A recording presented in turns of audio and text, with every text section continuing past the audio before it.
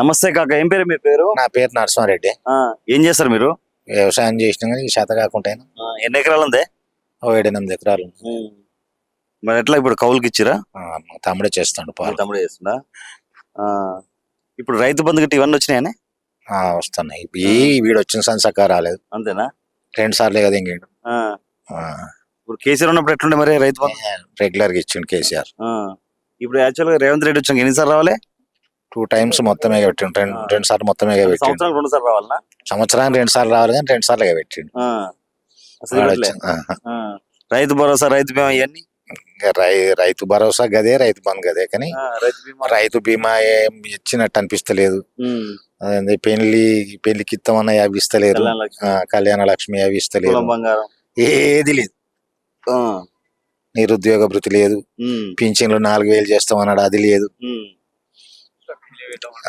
కొత్త పింఛన్లు పెట్టుకోవడానికి అది కూడా లేదు.